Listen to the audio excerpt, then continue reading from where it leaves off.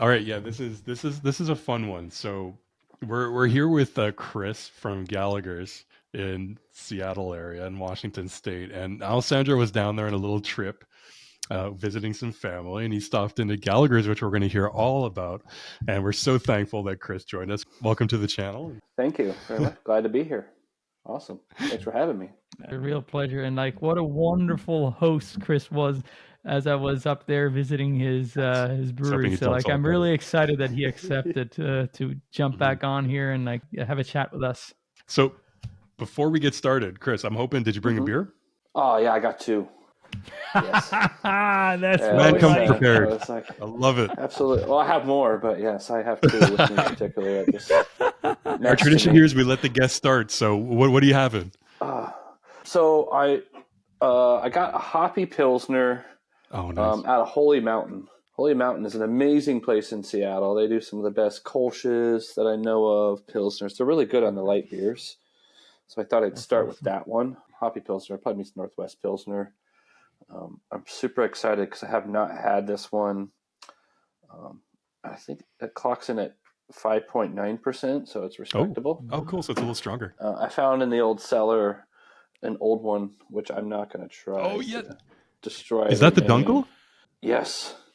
We just we just like the last episode we posted on our channel was a review of that one. We really liked it. We really enjoyed it. Yeah.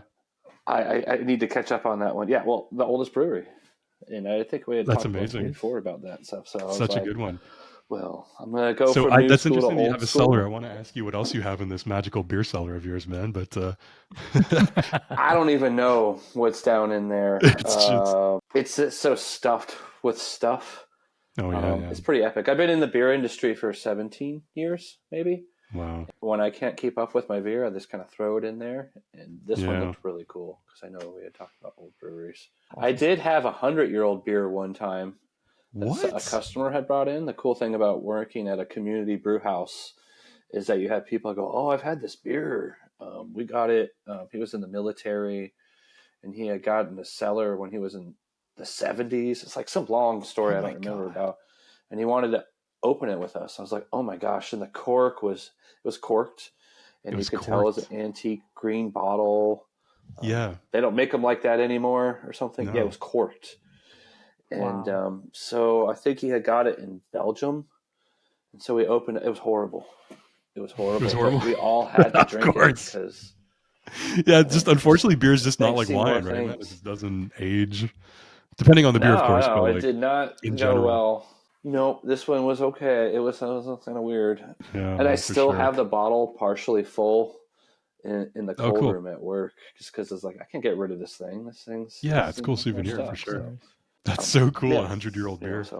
Yeah, I mean, we don't do it for the money in the brewing industry is usually what I say, but I do it for things like that. I mean, that's just like, to me, that's priceless to try. Oh, man, the stories, the beer legends. Fascinating. For sure. It's the best part. Absolutely, yeah. It's the best part. It's a good gig. I also had, last week, I had a 56-year-old wine that a customer had brought in. Wow. And that was delicious. That was really? Oddly enough, just delicious. Yeah. Wow. So go figure that. Yeah. Fantastic. Alessandro, what do you have? Yeah. Hang on in. I brought a little treat here of a brewery that we Joe and I have visited a couple of times, and we might have mentioned this to you, Chris, in the previous chat we've had, but it's from brewhouse, which is a local brewery here in Tampa. They're specialized on lagers. And this one here is one that we actually tried together, Joe, last time you were here, is the Bublina, which is their Pilsner, Czech lager. Yes. The Czech Pilsner. Really yes, correct. Like that's awesome. And you see, I like that it has the little side pull, like the Looker tap, the Looker tap that you see here, like on the represented, and it comes in at a 4.5%. I've had it before. It's very delicious. It's brewed with Saaz hop. So yeah, it's what I'm going to have here tonight with you all and enjoy that, share some good stories and have a good chat. Nice. Yeah. How about you, Joe? Yeah, I got like a 6-pack of these a couple of weeks ago. Excuse me, I'm getting over a cold. And I've been slowly saving them and getting through them. But there's a brewery here in Montreal where I live called St. Ambois, And Chris, you might be able. They export their oatmeal stout, and they have an apricot beer that I think they get pretty good distribution throughout the states. So maybe you've seen it in liquor stores or something. Like you might recognize the logo a little bit. It's like that little Scottish lion there. Pretty big here. Like every corner store you go to will have beers from them. And they have a pretty big range in terms of a lineup. And like I said, they distribute all around Canada and also all around the States now too, which is cool. And this is their red ale. I love like a good red ale like this. And I think it's based off an Irish red from what I was reading on their site. And so growing up here, it was like any bar you would go to, there'd be a blonde and there'd be a Roos. And those were the two options in almost every dive bar you would go to. And like the red wouldn't even always have a brand name associated with it. So like, you want red or blonde? What do you want? And you'd order a red or blonde beer. And that was kind of like the thing in dive bars here. So red beers are kind of popular here and kind of like ingrained in the culture a little bit. So that's what I'm drinking. Absolutely. Beautiful. All right. Well, let's do it. Yeah, man. Oh. All right. So let's crack these open. And then Chris, we got to get deep into what you do, because Gallaghers is an awesome spot from what I've heard. I do. And it is an awesome spot. Yeah. Thank you. And we need to hear I'm all glad to about hear this. Yeah, it's an interesting concept. Dennis and Sandy Gallagher, who started Gallaghers in 1995, they had seen something on television that in Canada, there's a bunch of brew on premise places. They got really popular there. I think along the line, to avoid the higher taxation, you can kind of avoid some higher costs. And you would go to a place, you'd pick a recipe. I think they would mostly brew it for you, and then you would come back, you would pick it up, and you take it home. Gallagher. Yeah, that's what I'm kind of familiar with these kinds of places. Is that how they still have those up there? Brew it for you. Do they have? You still know some up there? Brew on premises in your area? Yeah, there's I've seen a few. There's one big one at least. Well, there's two, but there's one big one that's been around since I was a teenager here, at least in Montreal, where it's kind of that, and they do it with wine too, where you kind of go there, you choose your ingredients, and they have a selection of different styles that you can make, and then they give you certain customization options. I'd never done it, so I don't know to what depth you can customize it, but they'll give you maybe like 3-4 different options. You can mix and match a little bit, and then they ask you whatever questions they ask you, and then they brew something specific for you based on what they offer. And then that sounds awesome. You can come back and check on it if you want to. You can hop into the store and see how it's doing, and then you come back and pick it up when it's ready. And it's kind of like your custom brew, but you're not you're hands off for the most part. You're not making it. No, wow, you should do that first of all. But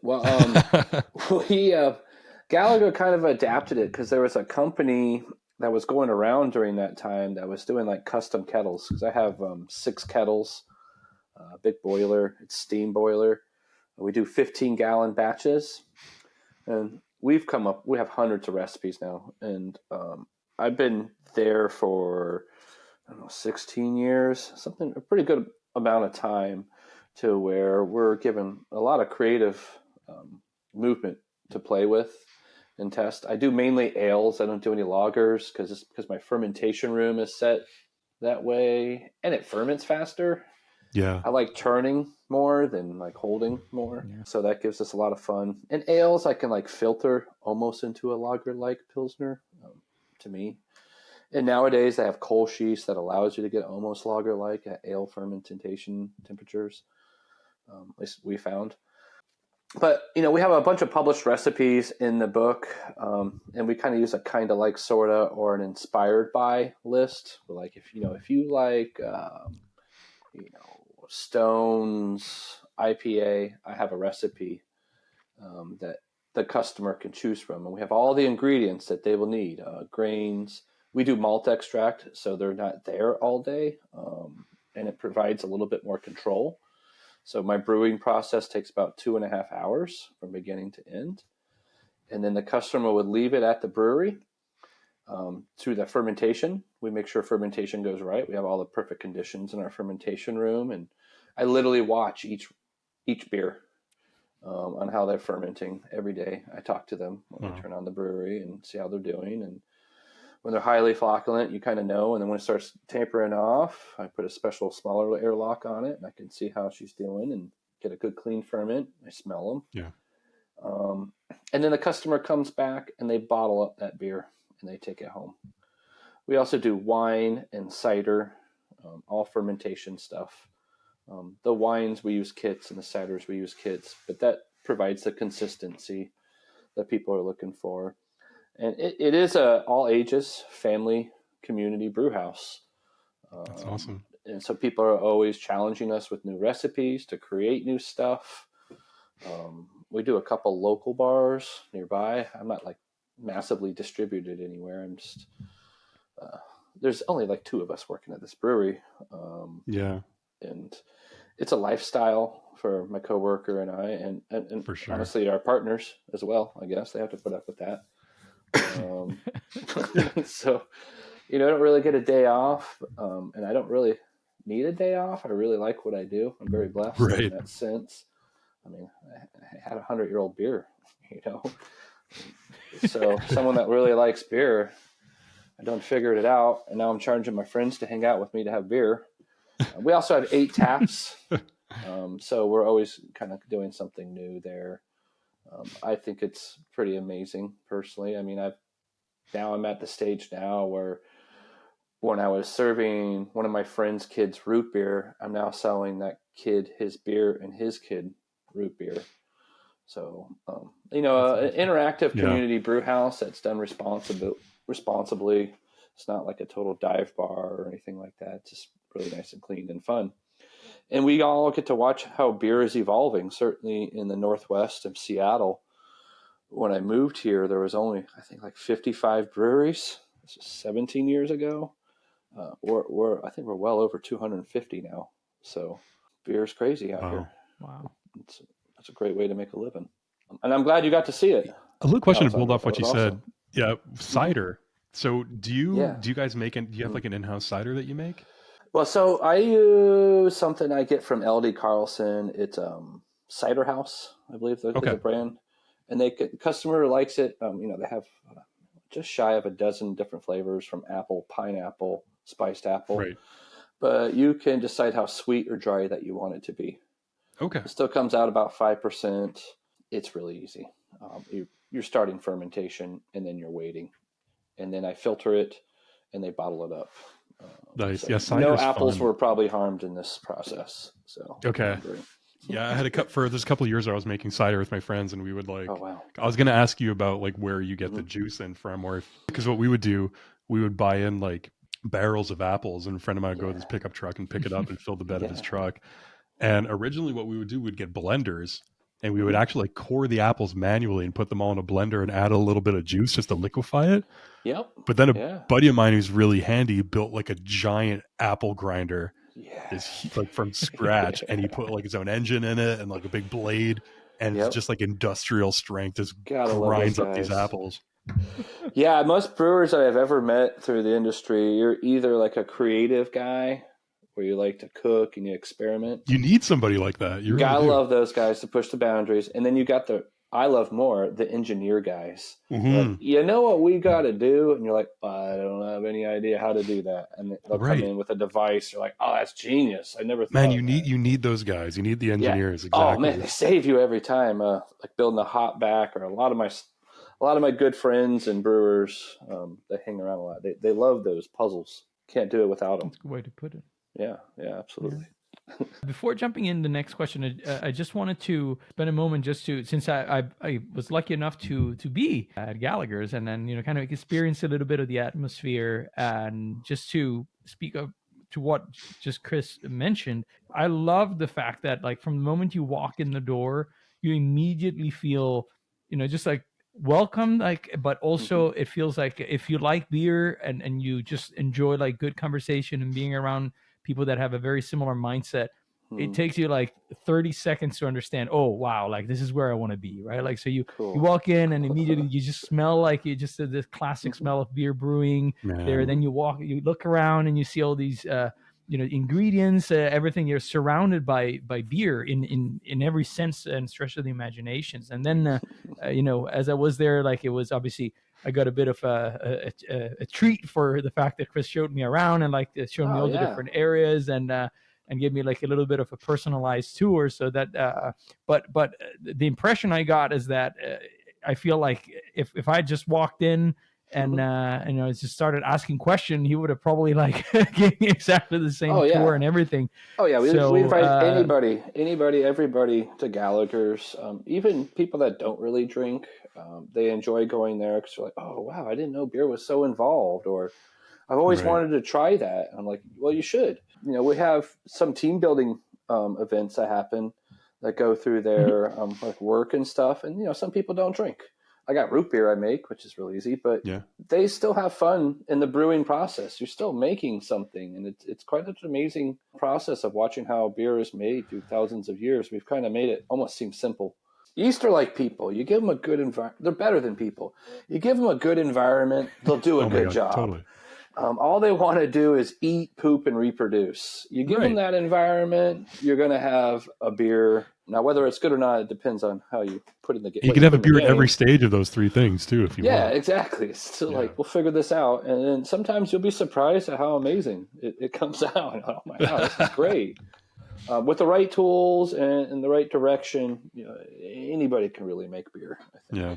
Well, but that's also another thing, just to tie in what you were saying, Chris. I think that's another thing that I found like very fascinating. I have very limited experience of brewing beer. I've tried like a few times at home, but one of the things that I've always encountered is that even if you do, go out and say, no, I really want to make this my hobby, you purchase the equipment. First of all, you have to purchase the equipment. Right. Yeah. A lot of times, like it tends to come in certain sizes because so it becomes like also a process, like to get all the right quantities and figure out like the proportions, and also just have the space where to do it. And then all of a sudden, like one of the problems is that, at least for me, the first couple of batches, they didn't turn out right because I did not have any idea what I was doing. I was following along as much as possible, but it's like when you cook for the first time, it's probably not going to be the greatest. Like you're going to get better. Exactly.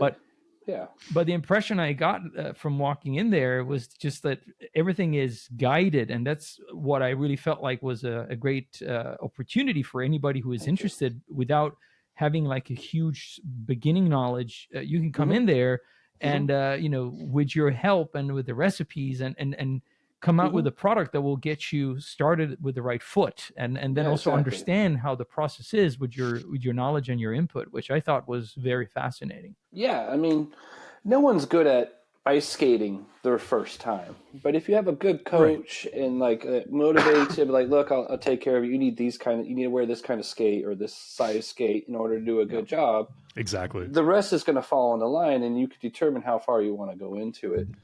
Brewing, the majority of brewing, honestly, is a lot of waiting and then everything at once. And then most of that, while you're waiting, is you're cleaning. You're a glorified dishwasher / janitor.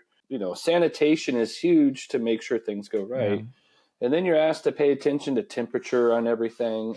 And a lot of people, you just like, well, I made it. I made my tea, and now what? You got to like pay attention to it for a little while, and sanitation it is key. You can make a great beer, and then you transfer it wrong, you filter it into dirty bottles. I mean, the biggest thing I got to tell repeat people, because we allow people to bring in their own bottles back if they want to reuse them, because I think reusing is better than recycling, so you can save the planet by drinking beer at my place. You're welcome. As long as your bottles are clean, we'll sanitize them Cheers first. To that. Yeah, it's so good. It's all right here. Right, yeah. And so I have a sanitizer that they clean them on, but people will bring in their bottles, and I know when they're right side up that there's probably mold growing in there, and I'm like, you have a great beer. Oh, totally. Yeah. And you're about to put it in a dirty bottle. That will become a bad beer. That's like number one. A lot of first timers. So you'll do that if like people bring in their own bottles, you'll like help them sanitize it before. Yeah, I have an amazing Canadian piece of machinery that holds 98 bottles, and it does a couple cycles using food grade sanitizers and whatnot. And it's a sanitizer, not a cleanitizer. Where it cleans the bottles for them, and then they set it up right before they fill up.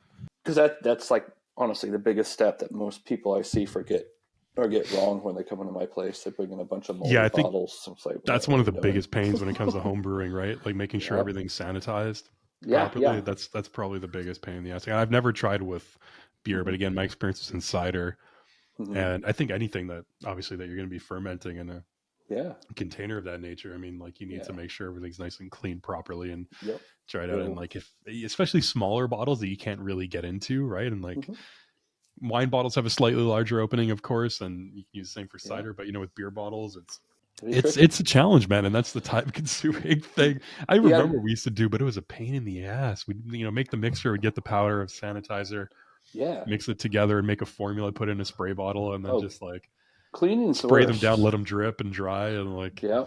Well, that's also what Gallagher's does too. We do all the cleaning. We clean the kettles. We get every okay, prepped and sanitized. I try to get all the unfun stuff about brewing beer. There's not much, but I get that out of the way. So the customer only gets like the best of the best. Weighing stuff out, boiling, stirring the kettle. But I learned very quickly, like when we do home brews with my friends, it's not going to be at my house. It'll be at their house, not mine. Nah, let's go to your house because I know I can tap out. You can't tap right, out when it's at exactly. your house. Like, oh god. Yeah, I can leave. But I feel also that's a fair thing to say from your part, considering that that's part of your daily job. So it's like, Oh, okay, yeah. well, I'm just not gonna do it at the house too. Come on. No, it's easy to clean in the brew deck. You spray Yeah, and you got to water be the on one to it. keep an eye on things, make sure the temperatures are right, and like make any adjustments if need be. Like it's Oh, I love it. I think it's great. And see, that's another thing that I was telling Joe when after I visited the first day, really, because then I visited the first time when I came like and kind of got like a first impression of the place, and then it's chatting. I was chatting with Chris. I went back and I got a full tour, which was amazing. But immediately, I remember after the first day, I told Joe like, man, like if we had a place like this close by, like, or if we could organize, we should absolutely go do this like, together. That would be something that, to as a person who loves beer, it's just fascinating having that third opportunity and having somebody who can guide you through. And like you explain, like all the little hooks that you get at the beginning that can make a difficult process, those are taken away. So like Yeah. you get all the fun out of the experience, but the best part, like that I'm thinking, is you get to experiment with your own ideas and your own Yes. style. So at the end, you have a product that then you can try, and it makes it more fun, like knowing that you're going to get like a final product. Oh, I would be absolutely. there Like every weekend. Yeah, At least I would just to hang out. Just if there's a guy like Chris there who's just willing to like have a beer and chat with you about anything and everything, all day. like I would be I there all learn the from my freaking time. customers too. I've learned so many great techniques and beer ideas through them. We've also trained a lot of brewers that are in the brewing industry too by working there, because That's awesome. it's kind of a staple place. It's definitely the creative zone for everybody, and a lot of my brewer friends, they do I do the same 8 beers for years, and every once in a while you get to experiment a little bit, but they like to come here and challenge me with new things, or they'll drop me off a new bag of experimental hops, which, the whole place is abuzz about that when we have those new hops. There are some areas at least that I didn't notice at first, like when I got there. Like first of all, I know you have an area there, like to the left, if I'm not mistaken, that has this beautiful wall with all the glasses there. Like, can you tell us a little bit about that? Like, what is that all about? There's a mug club, basically, as any good brew pub should have, is a mug club.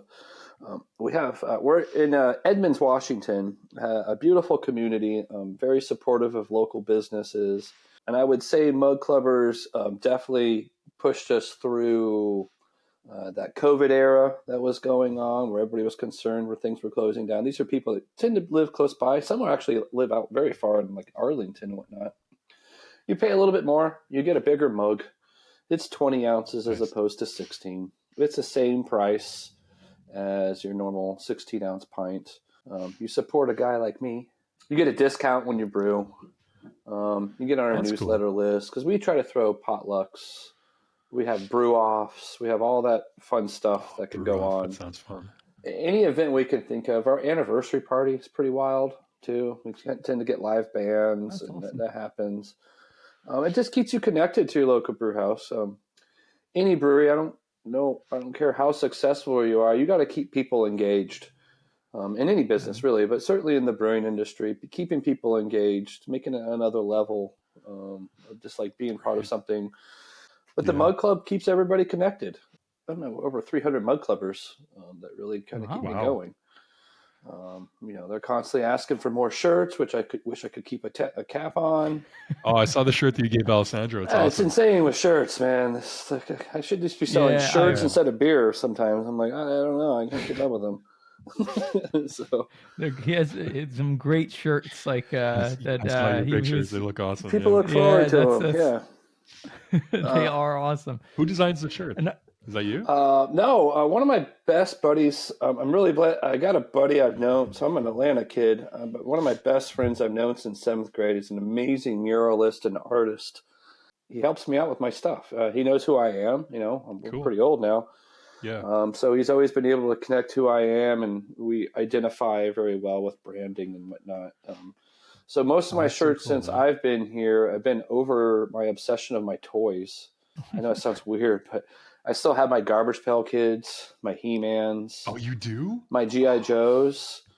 And he just came up with a great idea. It was like, why don't we use your HeMans? And I'm like, oh, that'd be really cool, actually. Yeah. And they did a HeMan series, which went really well. And then I brought out all my HeMans and I put them in the brewery. Because, again, I'm an all-ages brewery. I think everybody knows we're doing beer, but when you're trying to get the whole family involved, like, oh, great, Uncle Carl wants to go to a brewery. Oh, sweet, he has HeMans, So it kind of got but there's a lot of eye candy to satisfy everybody. And then the T-shirts roll out. This kind of happens like that. Like my Garbage Pail Kids that I have, I end up just getting all my regulars, like Mug Clubbers. I find their Garbage Pail Kid. So there's like Crater Chris and, all these things. I put them in a case. And then I did a T-shirt about it. And, honestly, most brewers now are about our age in the sense of the 80s and the 90s. So they're like, oh, yeah, I used to have this. And my wife's happy to have all the toys out of the house and into the brewery. See, it's a win-win right there. I knew these things were going to pay off. But, that's just like, be who you are. And sometimes it works out when it comes to marketing, I guess. That's right, man. So, yeah. Speaking of that, I'm curious because anybody watching might be curious. Like, it sounds like of course, work is work, and for something to be successful, there's got to be effort that goes into everything, right? And especially to be an entrepreneur and whether you start your own business or take over, run your own business, to whatever extent, you got to work your ass off, right? Like, there's no slouching there in that sense. But like, how does for somebody looking at this and thinking, man, that sounds like a pretty fun job, or it's doing what you do. They're probably curious, like, what did he do before getting into this? So like, what's your background? Like, before you got to Gallaghers, like, did you like know in high school you wanted to like open a community brew house? I did, but I didn't. If that makes any sense. Good answer. I always liked beer, even at an early age. And you want to play with your I've got to be careful with my lawyer over here. Like, did I say that? No, I shouldn't say that one. Okay. I worked in kitchens mostly, and I liked working for small businesses. Yeah. I did coffee shops, I think, a little bit. I liked that, fast life. But I always hung around with people that were beer drinkers, whatnot. I went to Georgia Southern, which is South Georgia. And that was a dry county when I started going to college there. So there was just always a keg somewhere at Georgia Southern. I'm sure there still is. So we fell in love with that. And then when I moved out to the Northwest, I was like, I'm not doing kitchens no more. I'm just tired of it. I like the creativity of it all. And then I was going down an aisle at the grocery store, and you guys at Washington had this whole aisle of beer that I was just like blown away by. I was like, oh my God, these guys really like beer. Usually it's just like Bud Light in Georgia. Right. And it's still an aisle. And I had my first craft beer was a Stone Ruination. I just got it honestly because it was like an awesome bottle cover. And I was like, man. And now I think about it, I think I was paying like $4 for a 22. I wish I could do that now. But I was like, what a cool bottle. This is going to be great. And I tasted it, and I was like, oh, my God, there's like so much going on here. Yeah. And like halfway through, I was like, I think I really like this beer. They like nerded out beer really crazy here. Yeah, that's so funny you say that, man. My first craft beer was the Stone Arrogant Bastard. Yeah. Yeah, they were beautiful. That was my first ever craft beer. Yeah. blew your mind. It was like, oh my gosh, And it blew my fucking mind. I this couldn't is believe it. I crazy didn't that we understand could what was going get on. flavors out of this. Yeah. And that, I swear, it was like a moment of enlightenment for me. I was like, wow, these guys make a living just making beer. I like beer. You know, it can't be paying much less than the back of the kitchen over here where you're schlepping away. And I'm like, I remember I turned to my then girlfriend, now wife. I'm like, I'm become a brewer. And she's like, oh, are you? I'm like, yeah, I know it. And she's like, okay. And I just grabbed every article I could about beer, tried to drink every kind of beer I could. Yeah. And just fell in love with the process. And honestly, out here in the Northwest, it's like you got a lot of beer aficionados out there. They're like, oh, yeah, have you tried this? And it's not like it was more sophisticated. They didn't make it seem like, oh, you got a bad habit. I'm like, no, we really appreciate this. And I can hang on to this beer and drink it for 37 minutes. You know, before back home, you're drinking Miller High Life and you're like, bring another one, or something like that. It's like, wow, they really like this. And I applied to every brewery that I could. And they're like, would you have any experience? I'm like, no, not really. And they're like, okay. And I was working for the UPS store. Myself and this other young lady, we were miserable there. And we'd look online for our jobs while we were at work when it was slow. Yeah, exactly. And she knew I was going to be a brewer. And she goes, oh, hey, Chris, there's this place in Edmonds that's hiring for brewers. I'm like, I'm going to lie until they figure it out because I can't stand this job. And she's like, yeah, you should do it. I'm like, all right. We go, and I got the interview when we're like high-fiving each other the next day. Like, yeah. And she's like, I'm going to see how far this can go, man. Like, what do we got to lose? I got to go back. I got to be back here. And she's like, right. Luckily, when I got to the interview place, they go, and Gallagher and another great brewer, Eric Nord, was there. They're interviewing me. And I'm all like, man, I'm not good at lying either. So I'm like, I was really miserable. And so, but he started out, it's like he read my mind. He's like, I just want you to know you don't need to know anything when you start here. I'm like, oh, thank God.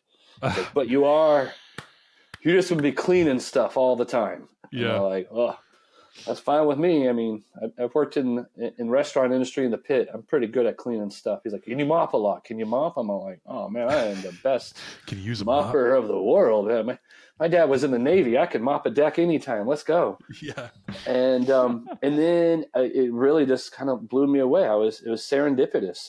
It was so a matter of it's more luck than anything. It's beer serendipity. And I fell in love with it. Yeah, and I love people too. And so once they saw it, that I could fake it and make it, and kind of talk to people and make people comfortable, which is very important with Gallaghers, a skill set. I think anywhere, but certainly making people comfortable and feeling welcome. The rest followed. And then it allowed me to go into experiment with other breweries and just really get into it. And I always came back to Gallaghers because the more free form of it all and people. There's a lot of similarity, not similarities, but I think there's a lot of parallels you can draw between people who work in kitchens and people who are who would be drawn to this type of industry too, right? I think there's a little bit of a pirate in you, kind of screw the system, kind of. Don't do it for the money. I'm also I gotta give props to I have a very supportive wife that allows me to do this. I don't have any kids, which that's huge. When you're around here all the time, that kind of helps out not to have that, because you need money with kids, from what I understand. Right. Yeah. And so, I mean, it's a comfortable living. I know. One thing that I wanted to just latch on to what you said there, Chris, about the atmosphere at Gallaghers and something that brought you back there is something that I noticed while I was there that I thought was very interesting. When you get there, you walk in, you get to the counter, you have the taps, you get your beer. I noticed that you have a big whiteboard there. And when you order your beer, your name goes on it, but it's your first name. Can you tell us a little bit about why you do it that way? And I thought I loved your explanation. What's the whiteboard about? I haven't heard about this. Yeah, you have to. Well, at Gallaghers, you have to mind your pints and quarts or your P's and Q's, and it's an old school method. I love that. I believe it was Mr. Gallagher that kind of started that, and I was horrified when I came into this place too. I was all like, being an Atlanta kid, I was like, wait, what? Like you trust people to like put their name on there and all that? Well, we put the name on there. Also, it helps me find out their name, so it makes more personal. Like, what's your name? You write your name up there. So now we're on a first name basis. So that's kind of laid back. Awesome. And people do team names. And every time they come up to the bar, we pour it for them and we put a tick next to their name. So I think it's easy. It's old school. It's become a characteristic, I think, of Gallagher's. I sometimes forget how odd that is, but I've never seen any other place do that either. And it was just something that we always started, and I liked it. And it's pretty easy. People are extremely honest like that, quite honestly, when you do that. And they're like, oh, I think I didn't get another tick because I had a cider too. And I'm like, oh, thank you very much. And I even remember talking to Gallagher about that. I'm like, well, what happens if, that we don't get it right and they walk away without paying 2 beers? And he goes, Chris, this is the kind of place that, you could probably get away with that, but they're going to feel guilty. And they're either going to come back and they're going to pay me, or they're not going to come back.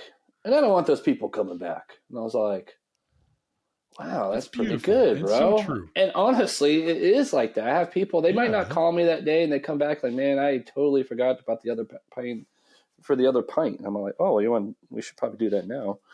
Like, okay, yeah. So it's just one of the many weird nuances of Gallagher's where it's a community brew house. You're in charge. We all play a part in the success of this place.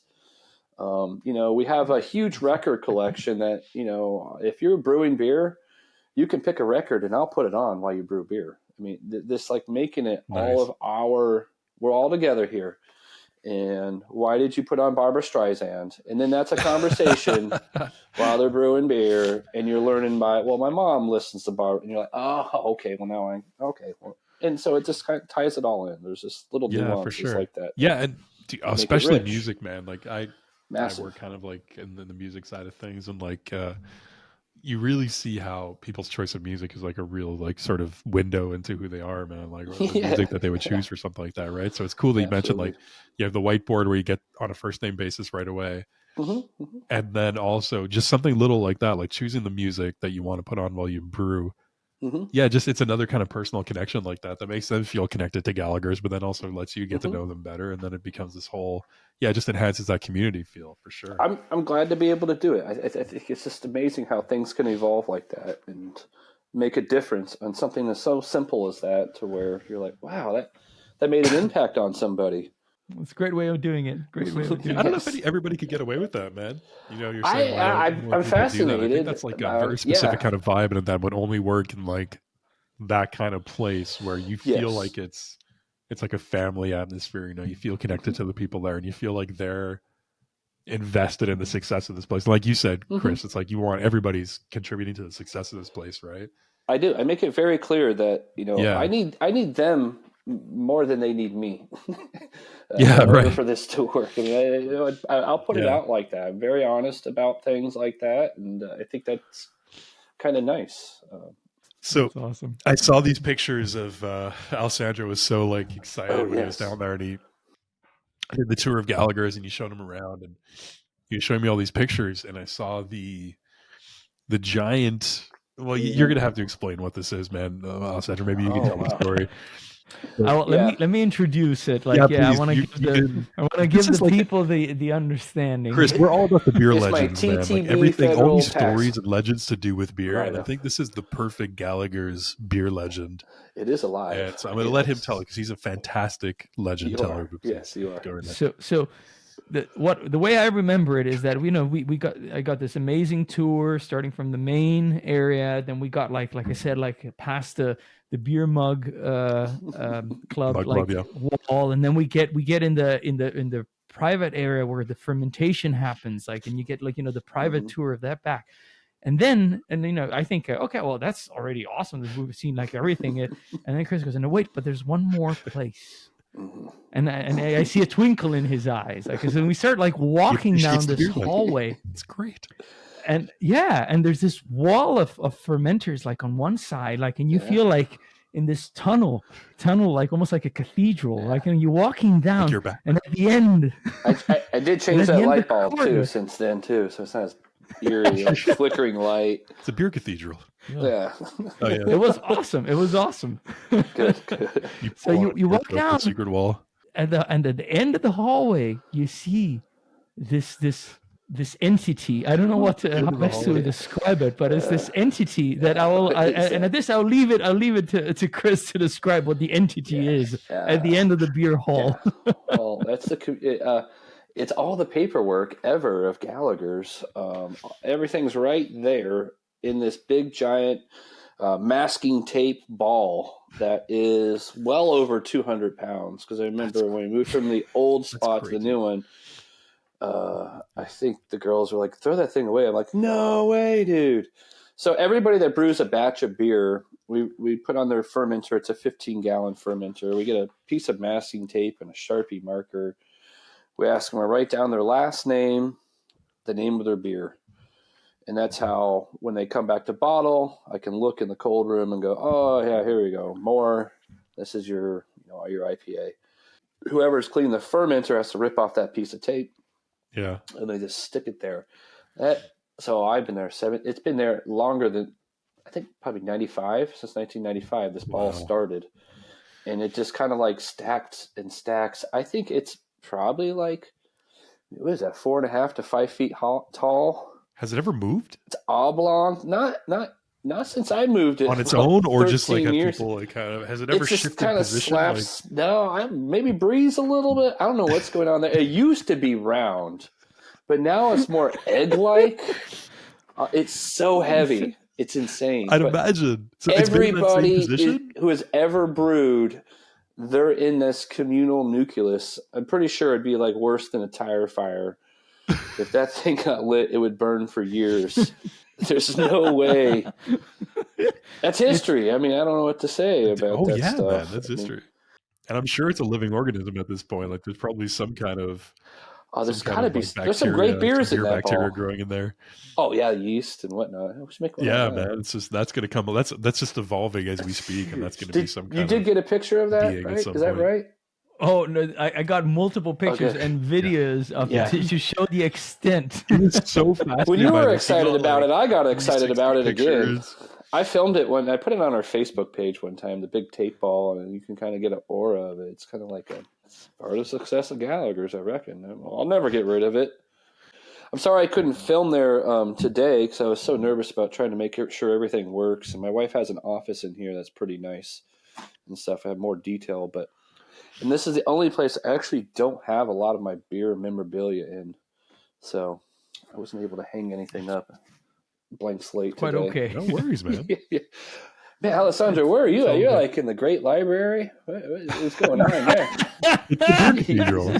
Yeah, killing it. Yeah. It's a new set here, actually. I've changed up things a little bit. It's beautiful library. It's a beer library here. Like, it's very particular. Very loud, Let me show you. Library I've ever seen. Fooled. It's like, I believed it. And your place is awesome too, Joe. I mean, I got to give you that one. Way fancier than me. You guys brought your game. Yeah. I got a microphone. I mean, come on. I finally got my that works. But to be fair, we spend a lot of time here in this virtual pub, so between our recording sessions, we have time. It's evolved. It's evolved over time. It was kind of like very bare bones at first, and then slowly start packing on the it'll add stuff, up, and then it grows. If I do another one, I'll get it. I'll get in the tape ball. I'll get in front of the tape ball, and we can have that in the background. Just kind of not mention it. Don't even mention it though. Just like. Talk around it. Just do it in front of the table. One day you're going to be like working late, closing down at Gallagher's. You hear some shuffling in the background. Look down the dark hallway. What's going on in there? Tape ball's 2 feet to the left from where it was. Yeah, it moved. Yeah, just getting closer and closer every time you turn around. In fairness, every time I go in the brewery, I have to turn everything on. And my favorite is going into the fermentation room, and I talk to all of them like, "Hey, beer babies, how's it going?" And one time I went in the brewery and I talk a lot. to myself apparently, and certainly into the brewery because it's an entity. And someone was already in there, and they're like, "What are you talking to?" I'm like, "Oh, I didn't know you were here." Ooh. They didn't tell me talking to the beer, and they're just like, "You should really do that." It's like the plants. Just talking to the That's beer. important. Yeah, talk to the plants. That's important. Yeah, That's man, how you you gotta know talk to you're. It's kind of like, I know you said you don't have kids, but when somebody's pregnant, you're supposed to like talk to the baby, right? Like play music for the baby, Makes a develop the difference. baby's brain. It's like you got to talk to the beer. You got to play music for the beer while it's Making in beer. and it's It's a fermenting. universe going on over there.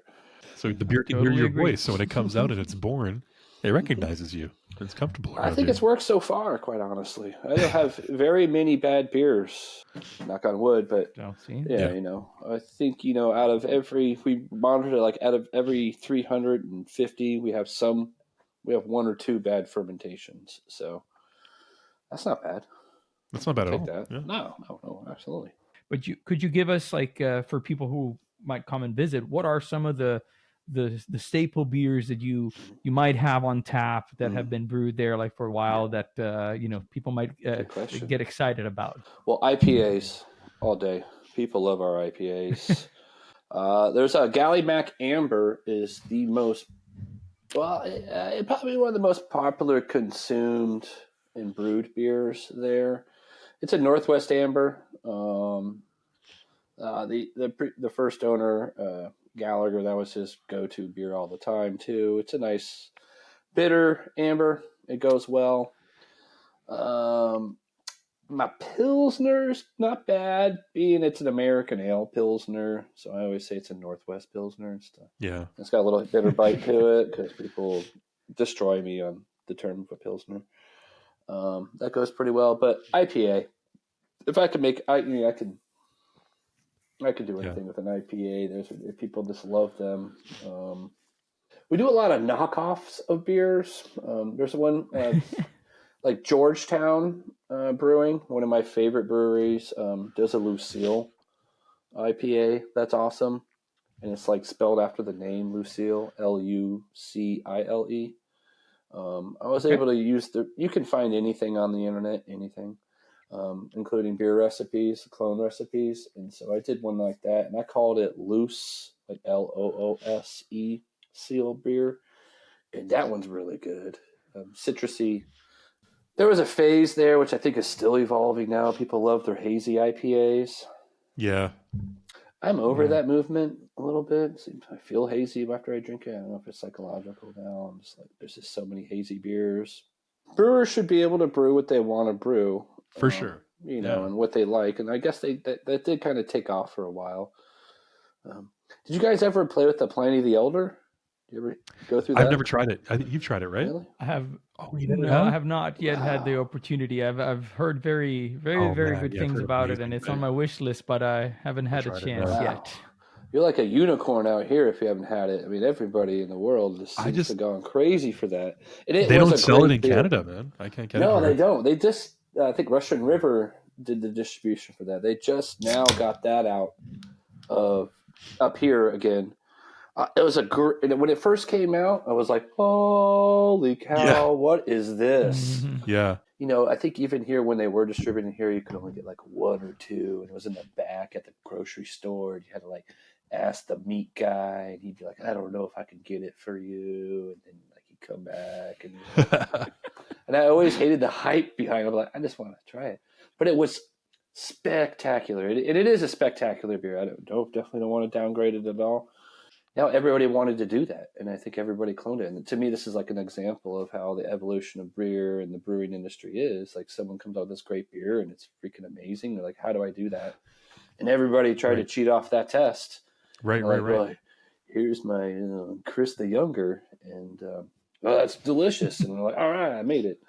But that was one of the craziest trendy, cool beers. That actually was really great. That I remember going like, wow, it's crazy how beer can just like make people lose their damn minds and spend $17 for a 16-ounce beer. That much, really? I want to say it's around there right now. Yeah, I mean they got distribution up now, and if they had a keg of it, there'd be like a line around the block. It would sell out in 4 minutes, which I'm like, how the hell does that even happen? So, what as somebody who's had it, how would you describe it? Like, because I have It's clean, crisp. Certainly, like all my favorite bitterness notes were there. okay, Is that citrusy? But piney. It was hard to wrap my head around how good it was. really. So was it just like it wasn't like it was that it was doing anything really sort of crazy unique or different? It was just was it just how clean and crisp and like sort of well balanced it Those was? were That when you my took a first sip, you're just like, well, this is impressions. just perfect. It was More so than doing pretty something close new. when I first had it. It was like, wow, this is really nice. It was really good. I even had Pliny the younger as a Okay. surprise, which is like the even ultra rare kind of thing. Yeah, they're delicious. And they did a really cool, simple logo, like nothing fancy. I've seen the bottle. It's so Yeah. like beautifully simple that you're like, oh my God. It's like the Nike swoosh sign. You're just like, wow, that's all it is? Wow, what's going on here? I can't believe the meat guy got me this beer. He apparently knows his beers. Yeah, it was so cool. That's your story on that one. But, it's back in distribution. It's good, and it's still a raging good beer. Chris, I got to ask you a question, man. We're gonna Mm-hmm. take up too much of your time. We're hitting like that hour point here, so we'll start winding down soon. But Yeah, I want to ask you a question. We did an episode recently about our top 3 desert island beers. So it was basically if you'd be stranded on a desert island with any 3 beers, and these were the only 3 beers that you could have Pliny. for the rest of your existence, man, on this desert island. Hot or cold? Oh, desert. Okay, so it's hot. Well, okay, so the climate. Okay, we joked around in the episode that the climate plays a role. Let's say that climate doesn't play a role. Let's just say like you're 3 All beers. 4 seasons. Okay. 3 beers for the rest of your life. These are the only 3 beers you could have. 3. Oh, good. What are your top 3? Well, Gallagher's Lucille, of course. I'm just kidding. Galley Mac Amber, it's number 2. No. Yeah, well, I'll second that Mac Amber there. Galley Mac Amber's 100%. pretty I'll good. second that Mac Amber. All right, I have to have that by tried 3 that. because I'm all like, oh man, remember when I worked there? So, love my Pilsners. Yeah. I think I mentioned this before. Chuckanut, amazing Pilsners. Nice. Chuckanut Brewing has an awesome couple Pilsners. I'll always do that one. I gotta have an IPA in there since I got 3. Right. Yeah. See, it's a tough question because if you got to choose 3, you're like, well, man, I want to have a little diversity in style, right? Because if that's all I'm going to be choosing from for the rest of my life, but then And this it's is like, like well, do I want to choose one of each name-dropping here, style, or do I too. just really want to go with those beers that I just can't live And in without fairness, I know anymore, none of those people that work there, so that's why I'm not just name dropping Chuckanut. And Galley Mac, well, I guess I worked there. But my favorite IPAs consistently have always come out of a place called Cloudburst. They always have crazy names too, so I can't keep up which one. But I know that when I order an IPA from there, I'm going to be content in there. So You're going to be happy. Okay. Yeah. That's good to know. But there I am on an island with 3 taps. I don't know if I really want to be rescued at that time. That's right. Wait, I don't got to go to work, and I got 3 taps. All right. Yeah. Let's chill out That's it. It's endless. unlimited it's not, beer. you're going to run out. It's endless. I got to watch the episode of you guys when you guys talked about yours then, apparently. Cool. We did. All We right. can give you a quick rundown if you want. Yeah, what are you guys doing for your beers? Yeah, for sure. Go for it, man. You can start. I'll do the 3 that I picked. Like I ended up like after some beer meditation, I went with Guinness because it's one of my all-time favorite. Like the draft. Like I think it's one that I've always had. Like it's one of the first beers that made me fall in love with beer. Nice. Then I picked like from Berry House. I picked the Tampa Export. But the reason why I picked it is because it's one that depicts very well. Like it's a kind of like a cross, like leaning towards the Pilsner style, but it still has like a good lager character. And then the last one that I picked after some deep thinking was the Schlenkerla, the Urbach, which is the smoked beer from Germany, from Bamberg, which was a little bit of an odd choice, but I thought like Well, if I have it, it's a 3 for the rest of my life. I gotta go with that one because it's a flavor that I gotta have. Like it's just like Smoked so Welsh, rich yeah. and unique, and yeah. So those are my 3. Don't blame How you. about you? Yeah, my friend? it was really tough to do because obviously there's so many different beers you can think of from every little brewery you visited in your life, and you've tried one of their beers and like, oh my god, this is fantastic. I would love to have this one again. So you might think about like, oh, that's one that I would include there too. So I kind of, it's funny because Alessandro and I are both like he said, we're massive Guinness draft fans. We met in Ireland over ordering a pint of Guinness. Like we just that's how like our friendship grew. Awesome. And Beautiful. so like we're both just massive Guinness draft fans, and so like we both had that as our number 3. Like talking about just we have to breakfast beer, yeah. Just because like Exactly. it's not like we drink it all the time, but if I'm never gonna have any other beers again for the rest of my life, that's got to be one of the 3. My second one was actually a little bit of an underdog, but still a pretty well-known beer. Was a Negra Modelo. I love Negra Modelo. I think it's so good. Oh yeah, so good and really underrated.